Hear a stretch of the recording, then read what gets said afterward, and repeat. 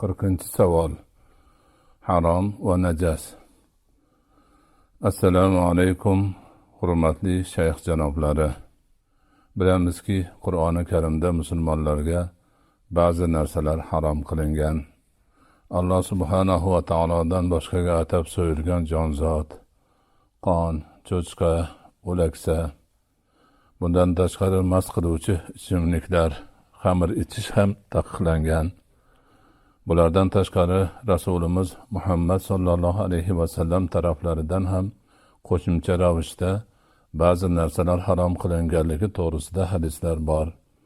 Masalan, it va eshak go'shtini iste'mol qilish. Endi savollarga kelsak, yuqorida ko'rsatilgan narsalarning haromligi qanday? Ya'ni qaysi birining iste'moli harom va qaysi biri butunlay harom? Masalan, it tekkan kiyimda namoz o'qish mumkin emas. Aroq to'kilgan kiyim qurigandan keyin, ya'ni to'kilgan aroq uchib ketgandan so'ng shu kiyimda namoz o'qisa bo'ladimi? Yoki shu kiyimni yuvish kerakmi? Yoki o'sha aroq to'kilgan joyni yuvishni o'zi kifoyami? Javobingiz uchun oldindan tashakkur.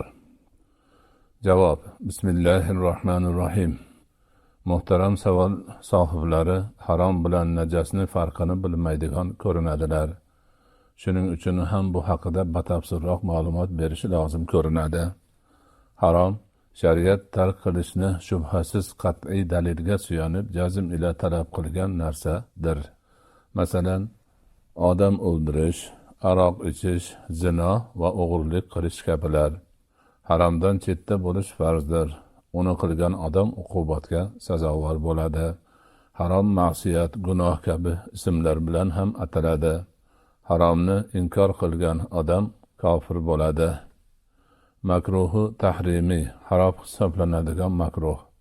Shariat ohad xabarlarda qat'iy bo'lmagan dalil ila tark qilishni jazm ila talab etgan narsa makruhi tahrimiy bo'ladi.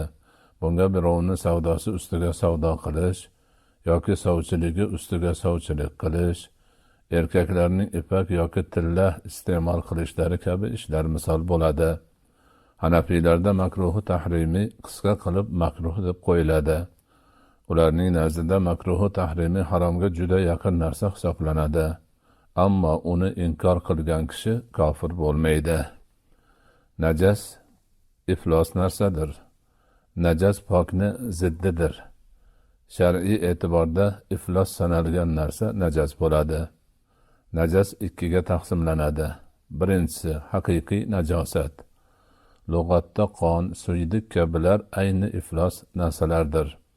Shariatda namozni man qiladigan ifloslik haqiqiy najosatdir.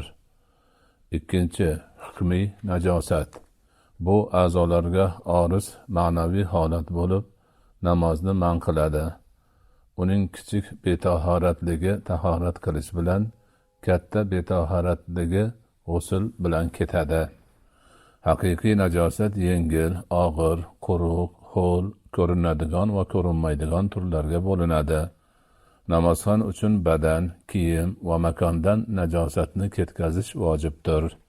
Narsa ko'rinadigan najosdan uning aynini ketkazish ila poklanadi.